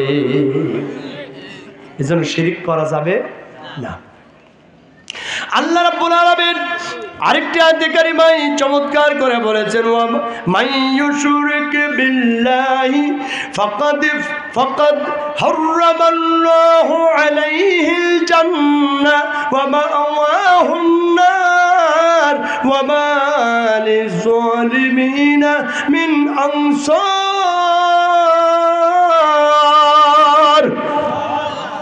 আল্লাহ বলছেন যে ব্যক্তি আল্লাহর সাথে শিরিক করবে আল্লাহ তার জন্য জান্নাতটাকে হারাম করে দিবে। মসজিদ বানায় কি করবেন? আপনি যে মূর্তি বানায়া শিরিক করলেন, আল্লাহ স্পষ্ট সূরা মাইদা 72 নম্বর আয়াত আল্লাহ বলছেন, মাইয়ুশরিক বিল্লাহ ফাকাদ হারামাল্লাহু আলাইহিল জান্নাহ। যে ব্যক্তি আল্লাহর সাথে শিরিক করবে আল্লাহ তার জন্য জান্নাত হারাম করে দিবেন, ওয়া মাওয়াহুন নার, এবং তার থাকার জায়গা বানায় দিবে দোজখে। কোথায়? জাহান্নামের মধ্যে তার থাকার জায়গা হবে। ওয়া মা লিয-যালিমিনা মিন আনসার। ওই জাহান্নাম এত খারাপ জায়গা, ওখানে কোনো জালিমদের সাহায্য করা হবে না। আমার ভাইরা, মা বোনেরা, কান লাগান। জাহান্নামে যারা যাবে এমন একটা ব্যক্তির আর্তনাদ তাফসীর ইবনে কাসিরের মধ্যে বর্ণিত হয়েছে। তাফসীর ইবনে কাসিরের মধ্যে বর্ণিত হয়েছে একজন জাহান্নামীর আর্তনাদ। এই জাহান্নামে যাবার পর দীর্ঘদিন পর জান্নাতি বন্ধুকে ডাক দিয়ে বলবেন, ও জান্নাতি বন্ধু শোনো, তুমি আমি দুনিয়াতে এক জায়গাতে ছিলাম, একসাথে রাজনীতি করেছি, উঠা বসা করেছি, ব্যবসা বাণিজ্য করেছি, চাকরি করেছি। আজকে তুমি জান্নাতে চলে গিয়েছো, আরাম আয়েশে রয়েছো, ভালো ভালো খাবার খাচ্ছো, কিন্তু আমি কপাল পড়ে জাহান্নামে এসেছি। আমার তো কষ্টের কোনো শেষ নাই। আমি তোমার কাছে আবেদন করি, তুমি আমাকে জান্নাত থেকে একটু ঠান্ডা খাবার দাও, ঠান্ডা পানি দাও, ঠান্ডা পানি দিয়ে আমার জীবনটা ধন্য করে দাও। জান্নাতি বন্ধু খালি শুনবে, জাহান্নামে এইবার বিবরণ দিয়ে বলবে, ও জান্নাতি বন্ধু শোনো, দুনিয়াতে থাকা অবস্থায় আমার যখন মরণের সময় এসে গেল তখন মালাকুল মউত আমার কাছে আগমন করেছিল। মালাকুল মউতের ভয়ানক চেহারা দেখে আমার কলিজা শুকিয়ে গিয়েছিল। ওই দিন পানি প্রার্থনা করেছিলাম, পানি পান করতে চেয়েছিলাম, আমার কেউ ওই দিন এক ফোঁটা পানিও আমার মুখে দেয় না। আমার অন্তরে আমার করে যায়, তৃষ্ণা নিয়ে আমার মৃত্যু হয়ে যায়। মালাকুল মৌতের ভয়ানক চেহারা দেখে মুমূর্ষু ব্যক্তি মুখ হা করে ছটফট করতে থাকে, পালানোর চেষ্টা করে। ওই সময় ওই বান্দার প্রচুর তৃষ্ণা লাগে, এই জন্য মানুষ মুখে পানি দেয়, কণ্ঠনালী শুকিয়ে যায়। জাহান্নামী বলতেছে, ও আমার জান্নাতি বন্ধু শুনো, পৃথিবীতে যখন মালাকুল মউত আমার কাছে এসেছিল, আমার ভয়ে কলিজা শুকিয়ে গিয়েছিল, কণ্ঠনালী শুকিয়ে গিয়েছিল। আমি চিৎকার করে করে আমার আত্মীয় স্বজনদেরকে বলেছিলাম, আমার কণ্ঠে একটু পানি দাও, আমাকে তৃষ্ণা লেগেছে। কিন্তু আমার চিৎকার কেউ শুনতে পায়নি, আমাকে পানিও দেয়নি। ওই দিন তৃষ্ণা নিয়ে আমার মৃত্যু হয়ে গেছে। কবরের জিন্দেগিতে কোটি কোটি বছর ছিলাম। এরপর ইসরাফিল আলাইহিস সালামের সিংহাসন ফুৎকারে তামাম দুনিয়া ধ্বংস হয়ে গেছে, কিয়ামত কায়েম হয়ে গেছে। কিয়ামতের ময়দানটা ছিল 50,000 বছরের দিনের সমান একটা দিন। ও জান্নাতি বন্ধু, এই 50,000 বছরের দিনে ওই কিয়ামতের ময়দানে কত ছুটেছি, কত এক ফোঁটা ঠান্ডা পানি পাই নাই, কত পানির জন্য ছোটাছুটি করেছি, কেউ আমার এক ফোঁটা পানিও দেয় নাই। পানি পান করতে পারলাম না। কিয়ামতের মাঠেও চূড়ান্ত সিদ্ধান্ত হয়ে গেল, আমার আমলনামা খারাপের জন্য আমাকে জাহান্নামে যেতে হবে। ওই জাহান্নামে নিক্ষিপ্ত হয়েছি। আল্লাহর কাছে পানি চেয়েছে, আল্লাহ বলেছেন তুসকা মিন আইনিন আনিয়া, ফুটন্ত পানির ঝর্ণা থেকে পানি পান করানো হবে। সেই দিন এই ফুটন্ত পানি ঝর্ণা থেকে পানি পান করানো হবে। জাহান্নামীদের কোনো ঠান্ডা পানির ব্যবস্থা নাই। ওই জাহান্নামী তখন বলবে, বন্ধুরে কতদিন হয়ে গেল এই জাহান্নামের মধ্যে আমি ছটফট করছি, মরণের সময় থেকে কিয়ামতের 50,000 বছরের দিন, আর এই জাহান্নামের অনন্ত অনাদিকাল আমার কলিজার এই তৃষ্ণা আজ পর্যন্ত নিবারণ হয় না। আমি একটু ঠান্ডা পানি চাই গো বন্ধু, জান্নাতের মধ্য থেকে ওই পানির ফোয়ারা থেকে একটু ঠান্ডা পানি দাও। এই আবেদন করবে। তাফসীর ইবনে কাসির বলছে, এই আবেদন করার 40 বছর পর জান্নাতি বন্ধুর মুখে কথা ফুটবে। কয় বছর? কথা কন। তোমরা যারা খেলা হবার জন্য ডাক দাও, মূর্তি বানাও, আলেমদের প্রতি জুলুম নির্যাতন করো, 40 বছর পরে আবেদনের জবাব দেওয়া হবে। ওই 40টা বছর পরে জান্নাতি বন্ধু বলবে, শুনরে জাহান্নামী বন্ধু, তুই কি জানিস না জান্নাতের সব নিয়ামত জাহান্নামীদের জন্য হারাম। জান্নাত থেকে একটা আঙ্গুরের টুকরাও তুই পাবি না, এক ফোঁটা ঠান্ডা পানি তুই পাবি না। অতএব আমার সাথে চিল্লে কোনো লাভ হবে না। চিৎকার দিয়ে বলেন আল্লাহু আকবার। এই হলো জাহান্নাম। ওয়া মা লিয-যালিমিনা মিন আনসার। একটা জালিমকেও জাহান্নামের মধ্যে সাহায্য করা হবে। তোমরা জুলুম যারা করছো সাবধান হয়ে যাও, সাবধান হয়ে যাও। মরণের পর তোমার কোনো বন্ধু থাকবে না। থাকবে? প্রিয় ভাইরা আমার, এজন্য 1 নম্বর কবিরা গুনাহ হলো শিরকু বিল্লাহ, আল্লাহর সাথে শিরিক করা। আল্লাহ ছাড়া কাউরে ডাকবেন না, আল্লাহ ছাড়া কারো ইবাদত করবেন না, আল্লাহর আইন ছাড়া কারো আইন মানবেন না, আল্লাহর আইন বাস্তবায়ন করার সংগ্রাম করবেন। রাজি আছেন তো? এবার রাসূল বললেন ওয়াসিহরু, 2 নম্বর কবিরা গুনাহ হলো জাদু। কি? জাদু টনা করা। এখনকার যুবকেরা খালি কবিরাজের কাছে দৌড়ায় যে কবিরাজ সাহেব তো কি অমুক মেয়ে আমার খুব পছন্দ, পাত্তা দিচ্ছে না, একটু তাবিজ বানায় দেয়। আছে না? নাই, অ্যাডভার্টাইজও হয়। খালি এক তাবিজ দেওয়া দিলে সকিনা ছুটে চলে আসবে। কি বলেন? আছে না নাই? তাবিজ আছে না নাই? তাবিজ দেয়া জাদু টনা করবে, জাদুবিদ্যা শিক্ষা করা, জাদু দেয়া মানুষকে ধোঁকা দেওয়া, জাদু প্রদর্শন করে ইনকাম করে খাওয়া সবই হারাম। জাদুর মধ্যে কোনো কল্যাণ নাই। আছে? এজন্য জাদুবিদ্যা এইটা দ্বারা যারা অনিষ্ট করে, কাফির বেঈমানেরা আমার নবীকেও জাদু করেছিল। নবীকে জাদু করে চুলের মাথার চুলে 11টা গিরা দিয়া শিরনের সাথে বেঁধে কুয়ার নিচে বেঁধে রেখেছিল। রসুল অসুস্থ হয়ে পড়েছিলেন, রসুল সুস্থ হয় না, চিকিৎসা করে করেও রসুল সুস্থ হয় না। নবীজি ঘুমায় আছেন, স্বপ্নে দেখছেন একজন ব্যক্তি পায়ের দিকে আর একজন মাথার দিকে, মানে দুইটা ফেরেশতা। একজন আরেকজনকে জিজ্ঞেস করে, বলো তো নবীজি কেন অসুস্থ হয়ে গেল? তখন আরেকজন বলে, অমুক অমুক মহিলারা তাদের চিরুনির ওই চুলগুলো বের করে 11টা গিরা দিয়া নবীর প্রতি তারা কি করেছে? জাদু করেছে। নবীর অসুস্থতার জন্য জাদু করেছে। ওই কুয়ার নিচে পাথর চাপা দিয়া ওই চুলটা রেখে দেওয়া হয়েছে। যতক্ষণ ওই জাদুবিদ্যা নষ্ট করা না হবে আমার নবী ততক্ষণ সুস্থ হতে পারবে না। নবীজি জেগে গেলেন। স্বপ্নের ব্যাখ্যা খোঁজার জন্য তিনি সাহাবীকে পাঠিয়ে দিলেন, যাও ওই কুয়া একটু তালাশ করে আসো।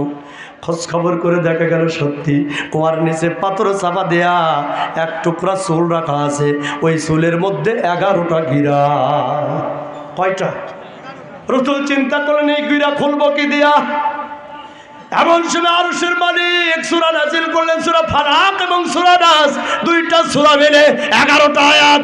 একটা করে আয়াত পড়ে একটা করে গিরা খুলে যায়, আমার নবী সুস্থ হয়ে যায়। কি বলেন ঠিক কিনা?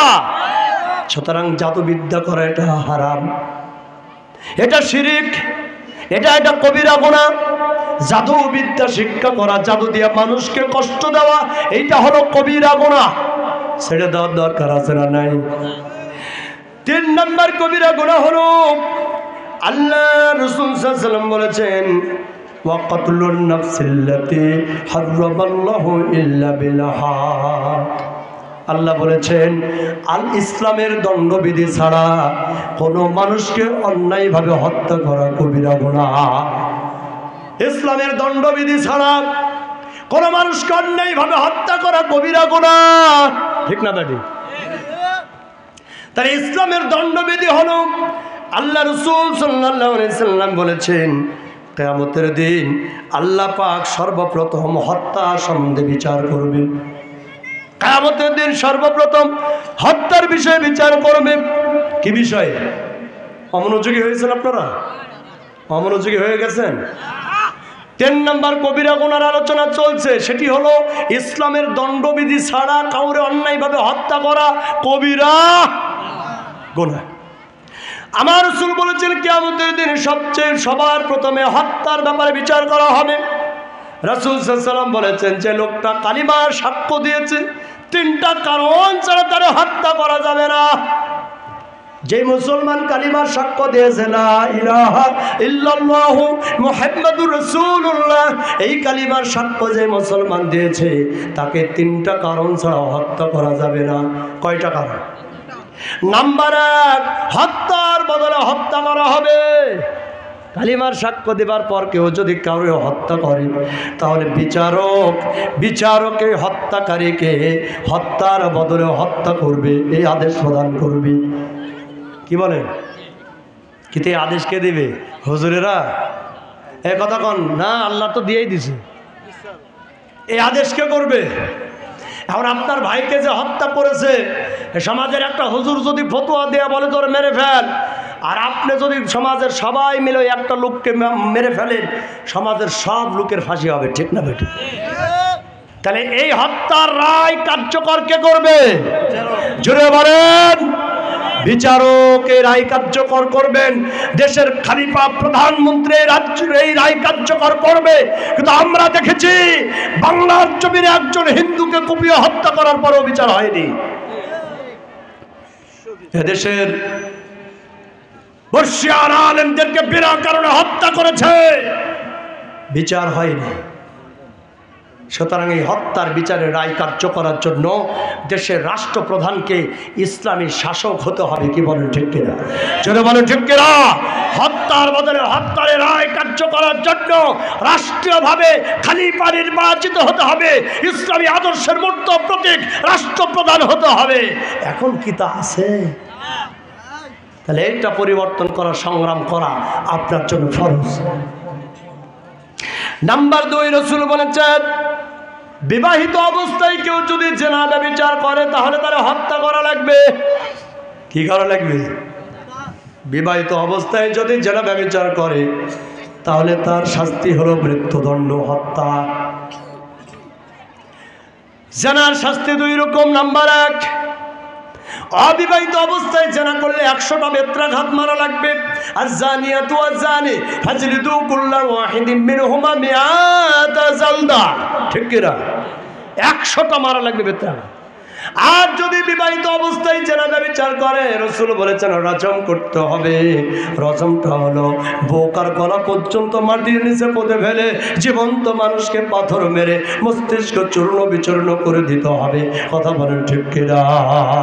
কিন্তু এই আদেশ কার্যকর করবে দেশের রাষ্ট্রপ্রধান। কে করবে? এখন কি তা আছে? এদেশে কয়েকদিন আগে জাহাঙ্গীরনগর বিশ্ববিদ্যালয়ে এদেশের সোনার লম্পট চরিত্রহীন ছেলেরা স্বামীকে আটকে রেখে স্ত্রীকে গণধর্ষণ করলো। এ কথা কয় না রে। জাহাঙ্গীরনগর বিশ্ববিদ্যালয়ে স্বামীকে আটকে রেখে স্ত্রীকে গণধর্ষণ করলো। এদেশের ইসলামী শাসক যদি থাকতো, কোরআনের শাসন যদি থাকতো, সবগুলোকে পাইকারি হারে পাথর মেরে হত্যা করা হতো। নইলে অবিবাহিত যদি তারা হয় 100টা দৌড়া মেরে পিঠের ছাল তুলে ফেলা হতো। কিন্তু এটা কে করবে? হুজুরেরা এই কথা বললেই বলে এটা রাজনীতি ওয়াজ, এটা রাজনীতি ওয়াজ। তো রাজনীতি ওয়াজ যদি না হয় দেশের অবস্থার পরিবর্তন কেমনি করে হবে? কি বলেন? ঠিক না কাটি? আমার প্রিয় ভাইয়েরা, 3 নাম্বার যে কারণ, ধর্ম ত্যাগ করে কেউ যদি মুরতাদ হয়ে যায়, ইসলামের বিধান হলো ও যদি আগে কালিমাও পড়ে তবুও তাকে হত্যা করা লাগবে। ইসলাম ত্যাগ করে কেউ যদি হিন্দু ধর্ম গ্রহণ করে, খ্রিস্টান ধর্ম গ্রহণ করে, ইহুদি ধর্ম গ্রহণ করে, মুসলমান থেকে যদি চলে যায়, ধর্ম ত্যাগ করে মুরতাদ, ইসলামের একটাই শাস্তি, তার মৃত্যুদণ্ড দিতে হবে। তাহলে এই শাস্তিগুলো কার্যকর করবে দেশের রাষ্ট্রপ্রধান, প্রধানমন্ত্রী। ঠিক কিনা? তাহলে প্রধানমন্ত্রীর কাজ হলো এইগুলো করে। এখন কি করে? তাহলে বোঝা গেল যে এই ইসলাম মানে না। কি এটা রাজনীতি ওয়াজ? এই হাদিসের সাথে মিলান। রাসূল বলছেন এইটা করবে একটা রাষ্ট্রপ্রধান, খলিফা। আমাদের দেশে যদি এই 3টা কাজ বাস্তবায়ন না থাকে, রাষ্ট্র কর্তৃক বুঝতে হবে সেই রাষ্ট্র ইসলামী আদর্শে চলে না। কথা বলে ঠিক কিনা মুসলমানেরা? খালি তুমি 5 তলা মসজিদের কথা কও, তোমার আইন কে করবে? এগুলো মানার দরকার আছে না? কষ্ট পাই না এগুলো? গোয়াতে নেন, নেতাদের বলেন তাহলে ভণ্ডামি ছেড়ে দেয়, কোরআনের আইন চালু করো, নইলে বাঁচার উপায় নাই। হাইলা পান্টি দিয়ে পিঠে পিঠের চান তুলবি। কথা বলেন ঠিক না বেটি? ফেরেশতারা রেডি হয়ে আছে কাঁচা কঞ্চি নিয়ে। তুমি কেমন খেলা জানো, খালি মরে দেখো, সেই খেলা দেখাবে। কে বলেন ঠিক কিনা? প্রিয় ভাইরা আমার, আল্লাহ বলেছেন মাইয়াকুতুল মুমিনাম মুতাআম্মিদান ফাজাযাউহু জাহান্নামু খালিদান ফিহা ওয়া গাদিবাল্লাহু আলাইহি ওয়া লা'নাহু ওয়া আ'আদ্দা লাহু আযাবান আযীমা।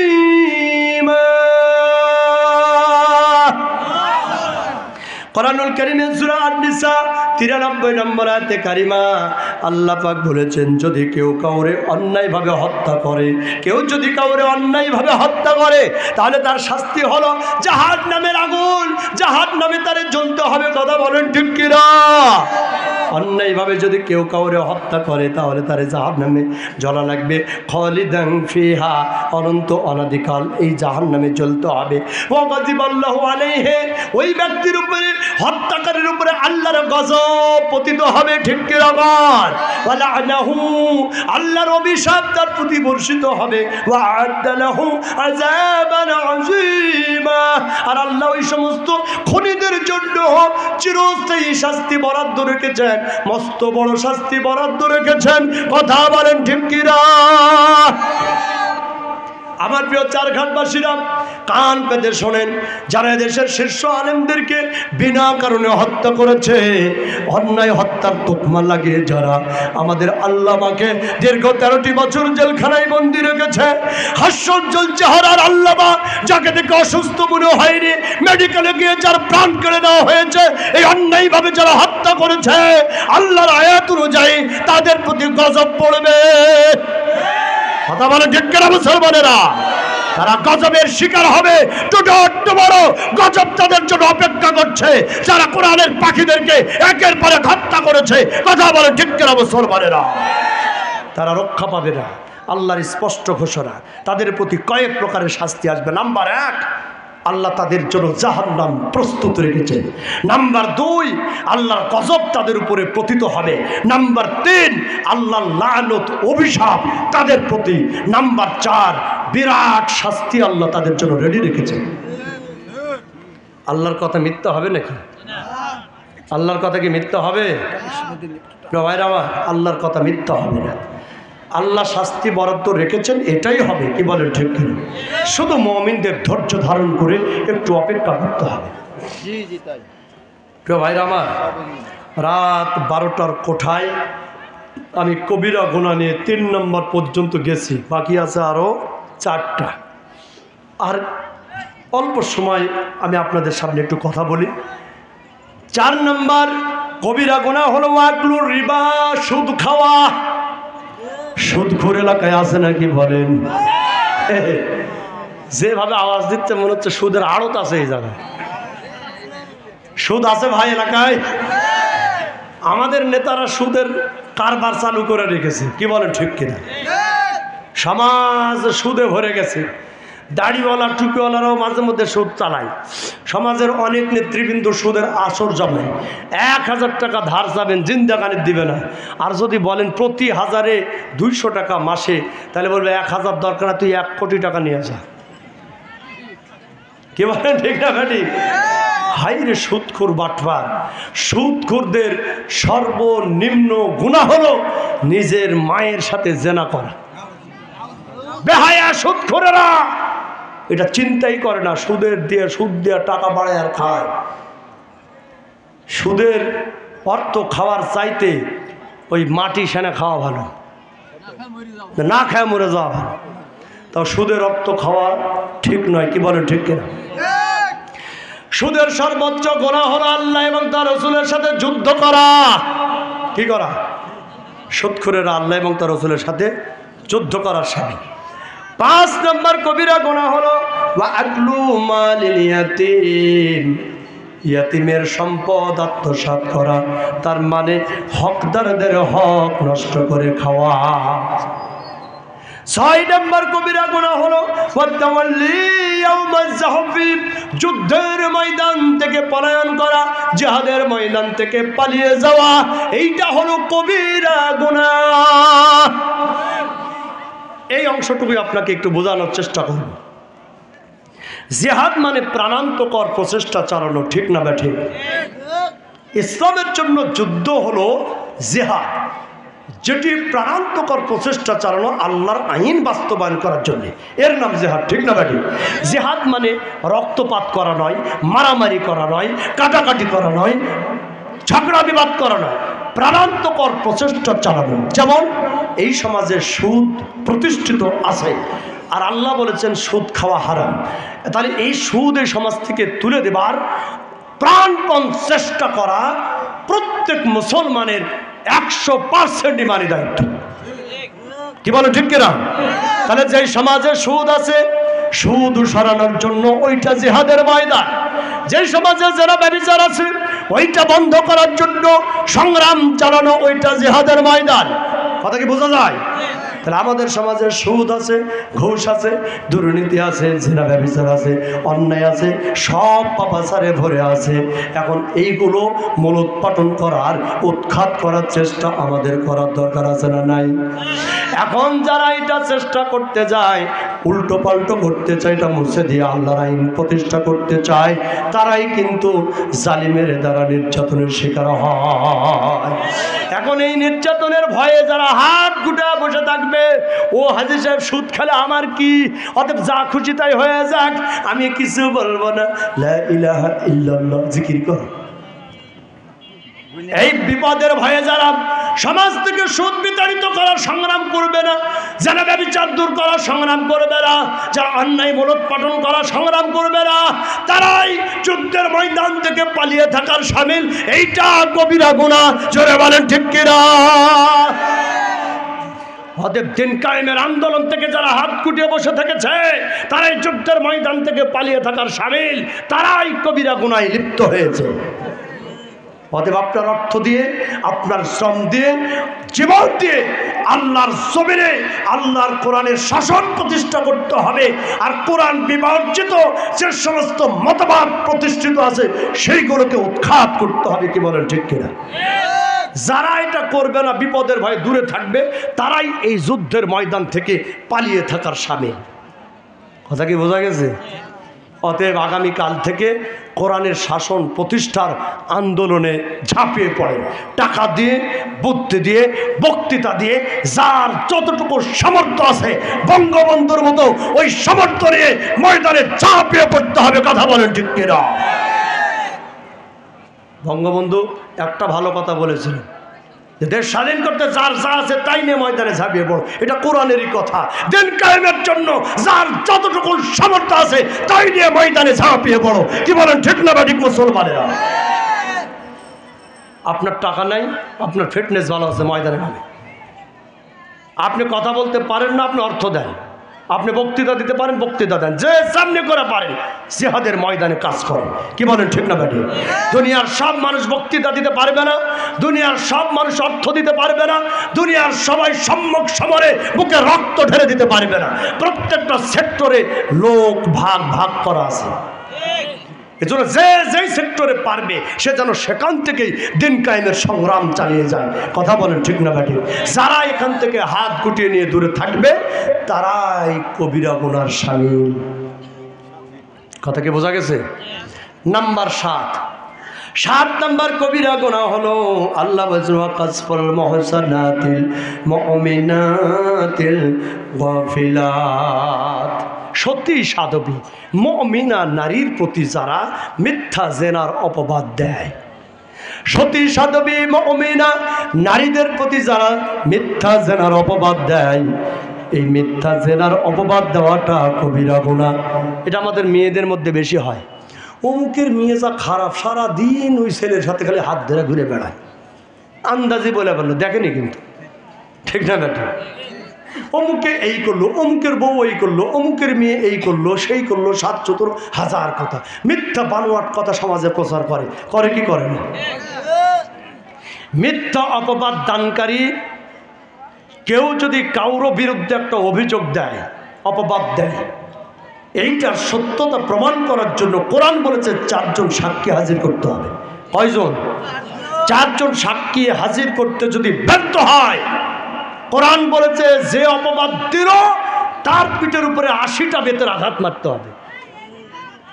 এদেশে যদি ইসলাম প্রতিষ্ঠা থাকতো আর অপবাদকারীর পিঠে যদি 80টা করে বেতের আঘাত মারা হতো, চায়ের স্টলে 1 চুমুক দিয়ে আধা ঘন্টা ধরে মানুষের গীবত করতো না। কথা বলো ঠিক না বা ঠিক? হ্যাঁ, এগুলো বন্ধ হয়ে যাবে খালি পিটনের ভয়ে। 80টা মার হবে, 80টা। সূরা নূর। যদি অপবাদ দিবার পরে এটা প্রমাণ করার জন্য 4 জন সাক্ষী আনতে না পারে, তা 80টা বেতের আঘাত পড়বে। কি বলেন? আল্লাহ রাসূল সাল্লাল্লাহু আলাইহি ওয়াসাল্লামের সর্বকনিষ্ঠ স্ত্রী উম্মতে মুহাম্মাদের মা জননী হযরত আয়েশা সিদ্দিকা রাদিয়াল্লাহু তাআলা আনহার চরিত্রেও বেঈমানেরা মুনাফিক সর্দার আব্দুল্লাহ ইবনে উবাই বিন সলুল জেনার অভিযোগ নিয়ে এসেছিলেন। আপনি কি চিন্তা করতে পারেন? হযরত আবু বকর সিদ্দিক রাদিয়াল্লাহু তাআলা আনহুর কন্যা, আল্লাহ রাসূলের স্বয়ং স্ত্রী, উম্মতে মুহাম্মাদের মা জননী, সে আয়েশার চরিত্রে কলঙ্ক দিচ্ছে। রসুলের সাথে থাকা একদল সাহাবীরা বলতেছে কি, নেতৃত্ব দিচ্ছে আব্দুল্লাহ ইবনে উবাই বিন সলুল, মুনাফিক সর্দার। একটা লম্বা ঘটনা আছে, আমি সেটা বলছি না, কিন্তু এইভাবে আয়েশার চরিত্র জেনার অভিযোগ দিয়েছিল। সাফওয়ান ইবনে মুআত্তাল রাদিয়াল্লাহু তাআলা আনহুর সাথে একটা অনৈতিক কাজ করেছে মর্মে মিথ্যা বানোয়াট সংবাদ সে প্রচার করেছিল। এই কারণে আল্লাহ কোরআনে আয়াত নাজিল করে দিয়ে বলেছেন এই আব্দুল্লাহ ইবনে উবাইয়ের জন্য জাহান্নামের চিরস্থায়ী শাস্তি বরাদ্দ হয়ে আছে। বলেন নাউযুবিল্লাহ। তার মানে বোঝা গেল কেউ যদি কোনো সতী সাধবী নারীর প্রতি জেনার অভিযোগ দেয় তার জন্য নিশ্চিত জাহান্নাম। কথা বলেন ঠিক কি? আল্লাহ আমাদের এই 60টা কবিরা গুনাহ থেকে বেঁচে থাকার তৌফিক দান করুন, জোরে বলেন আমিন। এবার আসেন হেফজখানা হাফেজিয়া মাদ্রাসার উন্নয়নে যারা এখনো দান করেনি। প্রিয় ভাইয়ের আমার, কোরআনের এই প্রতিষ্ঠান জীবিত থাক এটা তো আমরা চাই নাকি? আমরা অর্থ দিয়ে এই প্রতিষ্ঠানকে জীবিত রাখার চেষ্টা করব। মা বোনদের ভিতরে কি চাদর ঢোকানো হয়েছে? আমার মা বোনদের ভিতরে অনুরোধ